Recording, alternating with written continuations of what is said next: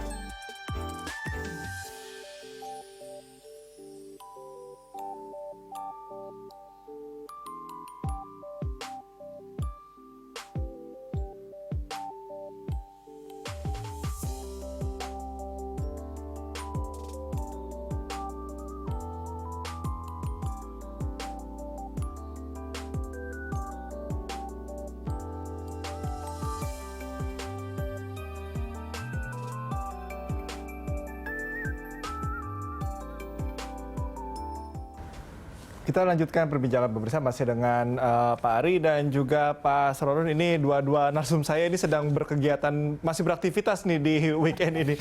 Pak Ari sepertinya lagi di tempat praktek nih. Saya mau ke Pak Ari lagi nih. Pak Ari, tadi kalau kita melakukan antisipasi itu kan, kita tadi sudah bicara mengenai bagaimana prosesi pemotongan hewan yang aman, kemudian pelaksanaan sholat Idul Adha, kemudian sinergitas yang dibangun antar satuan tugas tadi bagaimana. Tapi kita kan juga bicara mengenai hewan kurban nih.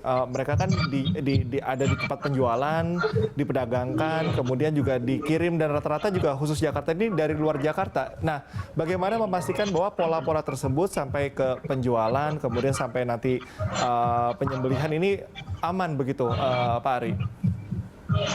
Ya pertama kan begini, ini kan tentu ketika bicara soal ternak kan ini berhubungan dengan dinas peternakan ya, artinya ya termasuk tadi pemotongan hewan. Tapi mungkin buat masyarakat, tapi kan di satu sisi kita kan juga ada yang misalnya private lah ya, dia pesan sendiri segala macam gitu loh. Nah oleh karena itu yang memang mesti diketahui oleh masyarakat adalah prinsipnya adalah begini, ketika kita berada di kerumunan, kemudian ketika kita berkomunikasi dengan seseorang, kita mesti tahu bahwa kita tidak tahu yang bersangkutan itu positif atau tidak. Apalagi kita bisa lihat data-data kita 60% sampai 60%-an lah gitu ya, pasien-pasien itu tanpa gejala ya, dan tanpa gejala dan gejala ringan.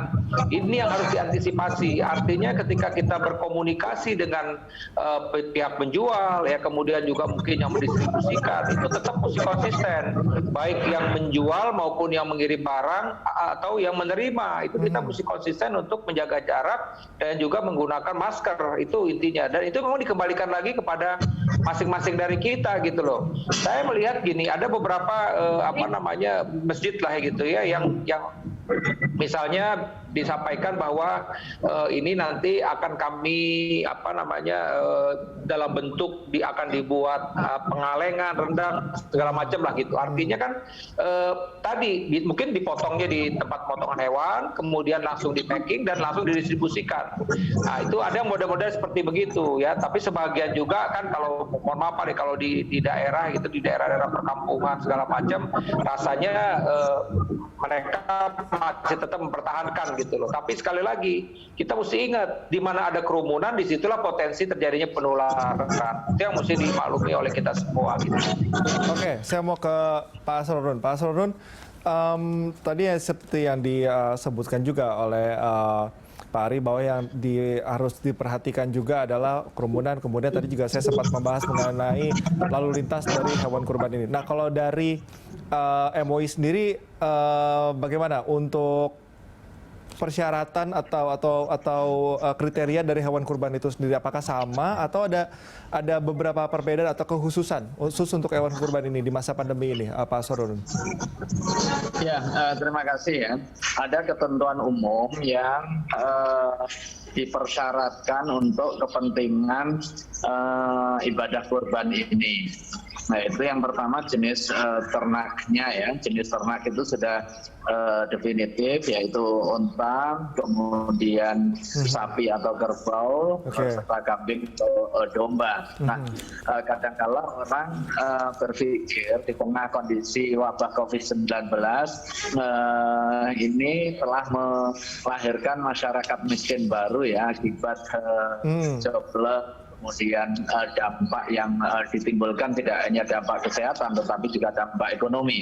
Kemudian ada orang berpikir gimana kalau ini kita ganti, misalnya yang memiliki nutrisi tinggi untuk kepentingan imunitas, ganti ayam dan sejenisnya. Karena ibadah kurban itu sifatnya dogma atau di dalam bahasa agama sebagai tabu, maka sungguh pun di situ ada pertimbangan kemaslahatan, tetap tidak diperkenankan. Atau ada kemarin yang usul berupa sembako saja, karena banyak orang yang jauh lebih membutuhkan kebutuhan pokok daripada hanya urusan daging yang bersifat sekunder gitu ya. Ini dua hal baik, tetapi tidak harus dipertentangkan. Membantu orang yang membutuhkan sembako tetap juga disunahkan, tetapi korban dengan jenis hewan tertentu itu juga dipersyaratkan. Nah, poin penting berikutnya adalah soal pemastian kondisi kesehatan hewannya, Mas ya. Jadi sekalipun kita memperoleh informasi bahwa COVID-19 ini tidak menular melalui hewan, tetapi ada sisi yang lain yang perlu dipertimbangkan, yaitu soal kesehatan hewan. Jangan sampai ketika kita konsentrasi hanya pada aspek penyebaran COVID-nya dengan jaga jarak, kemudian dengan protokol kesehatan yang begitu ketat, tetapi kita melalaikan sisi kesehatan hewannya. Dari hasil diskusi kami dengan teman-teman Kementerian Pertanian dan juga kedokteran hewan, ya, di sini potensial terjadinya loophole ya, ketika kebijakan work from home, kemudian meminimalisir aktivitas kantor.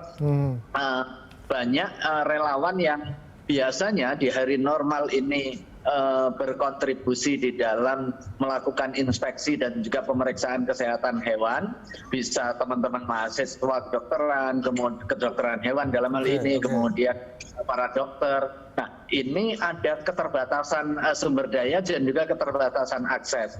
Dikhawatirkan nanti pemeriksaan itu tidak optimal. Makanya kami juga menghimbau, di samping masyarakat memberi perhatian secara lebih pada aspek protokol kesehatan, juga perhatian pada aspek kesehatan hewannya. Demikian juga tentu pemerintah perlu mengantisipasi ini ya. Jangan sampai kemudian nanti hewan yang dijadikan korban kemudian dibagikan kepada masyarakat itu berpenyakit sehingga membahayakan. Saya kira itu juga poin penting ya. Oke, Pak Asrorun juga Pak Ari, saya akan lanjutkan lagi perbincangan terkait dengan hal ini, tetapi usai jeda. Dan pemirsa tetaplah bersama kami di Lunch Talk.